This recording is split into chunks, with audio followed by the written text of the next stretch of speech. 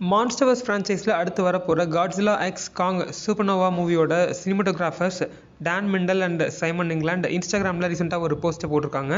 இந்த போஸ்ட் 100% கிளியராக தெரியல. பட் இது ஒரு டைட்டனோட இமேஜ் அப்படின்ற மாதிரி தெரியுது. ஒரு விங்கடு க்ரீச்சரோட அவுட்லைனை மட்டும் அந்த போஸ்டரில் நமக்கு லைட்டாக ஹிண்ட்டை கொடுத்துருக்காங்க. க்ரீச்சரோட செஸ்ட் சைடில் ஒரு லைட்னிங் போல்ட் இருக்க மாதிரி ஐடென்டிஃபை பண்ண முடிஞ்சிச்சு.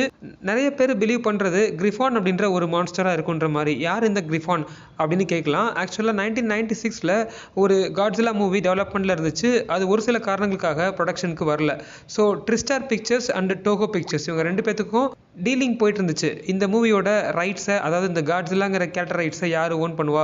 ஸோ அதில் டோகோ ஸ்டுடியோஸை பீட் பண்ணி நம்ம ட்ரிஸ்டார் பிக்சர்ஸ் வின் பண்ணுச்சு. அதுக்கப்புறம் தான் 1998 அமெரிக்கன் வெர்ஷன் ஆஃப் காட்ஸிலா மூவியை எடுத்தாங்க. கிரிஃபான்கிற இந்த க்ரீச்சரை ஆக்சுவலாக டிசைன் பண்ணவர் ஸ்டான் வின்ஸ்டன் அப்படின்ற ஒரு ஆஸ்கர் வின்னர் டிசைனர் தான். இவர் Aliens part 2 movie, Terminator part 2 movie, Jurassic Park மூவிலெலாம் வந்து ஒர்க் பண்ணியிருக்காரு டிசைனராக.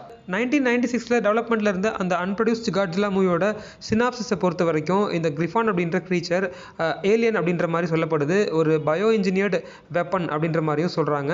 எர்த்தில் இருக்கக்கூடிய லைஃப் ஃபார்ம்ஸ் எல்லாம் டெஸ்ட்ராய் பண்ணிவிட்டு எர்த்தை காலனைஸ் பண்ண ஏதோ ஒரு ஏலியன் ஸ்பீசிஸ் ட்ரை பண்ணியிருக்கு. அதுக்காக இந்த கிரிஃபான்கிற காய்ஜு மான்ஸ்டரை இன்ஜினியர் பண்ணியிருக்காங்கன்ற மாதிரியும் சொல்லப்பட்டிருக்கு. ஸோ அதுக்கப்புறம் இது ஒரு மீட்டியார் வழியாக எர்த்துக்கு வந்துச்சுன்ற மாதிரியும் சொல்லியிருக்காங்க. கிரிஃபானோட ஹைபிரிட் அனட்டாமிக்கு காரணம் என்ன அப்படின்னா, அது எர்த்தில் இருக்கக்கூடிய அதர் டெரஸ்ட்ரியல் அனிமல்ஸோட டிஎன்ஏவை அசிமுலேட் பண்ணி தான் தன்னோட அனட்டாமியை டெவலப் பண்ணுச்சுன்ற மாதிரியும் சொல்லப்பட்டிருக்கு. அது மட்டும் இல்லாமல் இதுக்கு நல்ல ஷார்ப்பான லிம்ஸ் இருக்குது, நல்ல பிளேட் எட்ஜு கொண்ட ஷார்ப் லிம்ஸு. அதுக்கப்புறம் தன்னோட விங்ஸ் வழியாக எனர்ஜி பிளாஸ்ட்டை டிஸ்சார்ஜ் பண்ண முடியும்.